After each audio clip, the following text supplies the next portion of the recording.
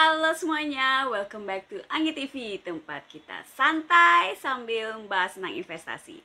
Di video kali ini aku mau bahas tentang kenapa day trading itu sangat populer. Jadi, ayo cepet kita mulai. Kalau bahasin day trading ini emang pasti nggak habis-habis kan, selalu ada aja sisi yang bisa kita bahas. Nah, di video kali ini aku mau bahas day trading sebagai kayak kepentingan bisnis di belakang kenapa day trading itu sangat populer. Jadi ceritanya begini, ini bakal panjang ceritanya, backgroundnya, jadi ya selamat mendengarkan. Oke, kita mulai. Jadi seperti kebanyakan bisnis itu pasti kan di belakangnya ada kepentingan ya. Nah, setelah aku masuk sekuritas, kerja di sekuritas, aku sadar bahwa ternyata semua bisnis di saham itu dari penyelenggaranya alias BI, sekuritasnya, terus nasabahnya juga, terus banyak bisnis yang lain pendukungnya bisnis di stock market, di pasar saham ini, semuanya itu ngutek-ngulek masalah fee, dan fee, alias fee transaksi yang dihasilkan dari transaksi kumpulan nasabah termasuk saya, kita ini semua. Nah, kumpulan transaksi kita inilah yang yang membayar semua dari pajak, dari gaji-gaji orang BI, sekuritas, termasuk gaji saya juga gitu. Itu kan dihasilkan dari transaksi. Nah, jadi make sense dong kenapa banyak sekali orang yang kayak walaupun mungkin nggak state secara publik, tapi gaya tradingnya selalu kayak ngajarin tentang day trading. Karena memang dengan adanya day trading itu nasabah lebih aktif transaksi, otomatis transaksi lebih banyak, maka fee yang di-generate untuk sekuritas juga tambah banyak, yang akhir-akhirnya sekuritas itu harus setor juga ke BI dalam berbagai bentuk regulasi lah. Kira-kira tuh begitu. Nah, fee ini, transaksi ini itu kan dihasilkan dari, saya rasa dihasilkan dari dua hal ya, dari besarnya modal yang ditransaksikan alias nasabah-nasabah bomber gitu ya, kita kalau di sekuritas nyebutnya begitu, atau dari frekuensi transaksi. Jadi antara modal atau frekuensi. Nah, kalau modal ini kasar kata kalau orang-orang kaya itu kan nggak bisa diatur ya, maksudnya duit-duit mereka sendiri. Jadi biasanya orang kalau modalnya udah cukup besar di stock market itu pasti sudah punya kayak maunya sendiri lah, saya pengen transaksinya begini begitu gitu. Nah, yang biasanya menjadi korban itu adalah orang-orang newbie yang biasanya ribut 100 ribuan, terus masih takut rugi gitu. Tapi lucunya mereka takut rugi, tapi akhirnya jadi karena kurangnya pengetahuan itu jadi kayak kayak disurung gitu, kayak didorong untuk cenderung day trading atau sering transaksi. Nah, ini karena ngejar dari frekuensi transaksi itu kan gitu kan. Transaksi tadi di-generate dari dua hal, modal sama frekuensi transaksi. Nah, biasanya yang kena korban frekuensi ini adalah newbie dan para amuba yang baru masuk ke market, karena banyaknya informasi yang beredar di market itu biasanya memang cenderung mengarahkan kepada day trading. Nah, ini kayak ada efek lanjutannya lagi gitu. Kenapa banyak orang informasinya itu tentang day trading? Karena day trading biasanya itu kan tadi korbannya kan nyubi-nyubi. Mereka biasanya belum bisa analisa, modalnya pas-pasan gitu kan.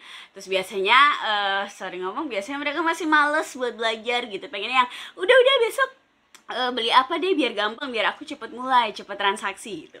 Biasanya orang tuh excited banget buat transaksi kalau kamu baru-baru di stock market. Nah, jadi dengan adanya kayak mindset seperti ini itu bisa, kenapa banyak orang jualan premium, gampangnya sih gitu kan. Kenapa? Karena kalau kamu di premium, biasanya kan yang masuk premium pasti nggak bisa nganalisa sendiri, kebanyakan seperti itu. Terus mereka memang pengen duit cepet lah gitu kan, hari ini beli besok jual, atau ya pola-pola seperti itu. Nah, itu jadi karena banyaknya demand, banyaknya permintaan, nyubi-nyubi yang baru masuk kan 90% seperti itu. Ya makanya banyak orang yang buka premium. Nah, make sense kan sekarang dari ungkapan cerita saya di siang hari ini bahwa kenapa akhirnya day trading itu sangat populer.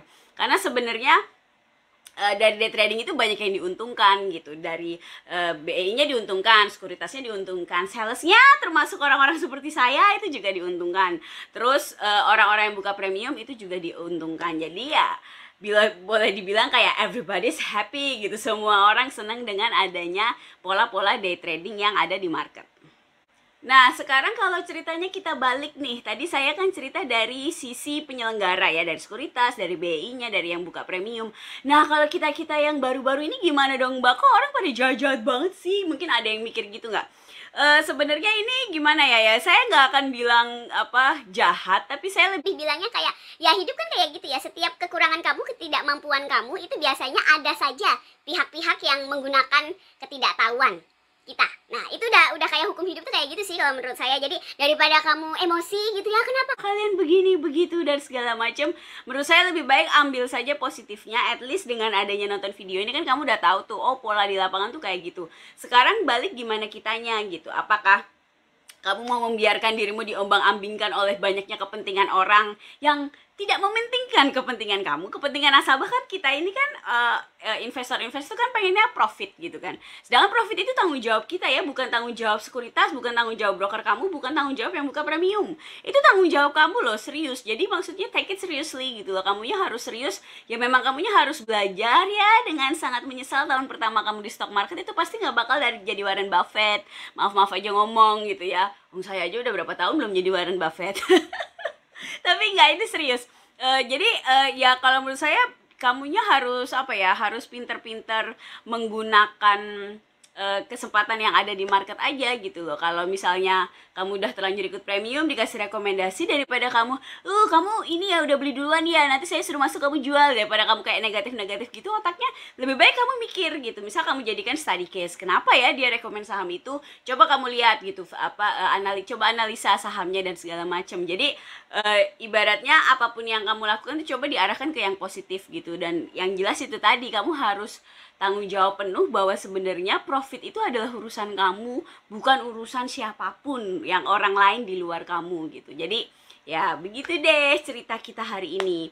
Ini kayak ya aku nyerocos aja gitu ya dari awal sampai akhir, karena memang sebenarnya ini cukup simple, tapi biasanya orang tuh nggak langsung sadar. Karena saya sendiri sadar akan kenyataan-kenyataan ini tuh setelah kayak udah beberapa tahun di stock market lah. Karena saya benar-benar dari awal waktu itu mungkin tahun 2017-an gitu ya, sosial media belum kayak sekarang banyak influencer dan segala macam. Jadi informasinya nggak sebanyak sekarang lah. Sekarang jadi hopefully sih kamu belajarnya bisa lebih mudah karena memang lebih banyak informasi. Oke? Aku harap video ini bermanfaat. Coba tulis dong di komen di bawah satu hal yang kamu pelajarin dari video ini. Terus jangan lupa subscribe, like, share ke teman-teman kamu supaya Dewa YouTube mendukung videoku. Jadi aku populer, terobsesi jadi duta investasi Indonesia. Terus ya udah deh, I'll see you in the next video. Oke? Ciao.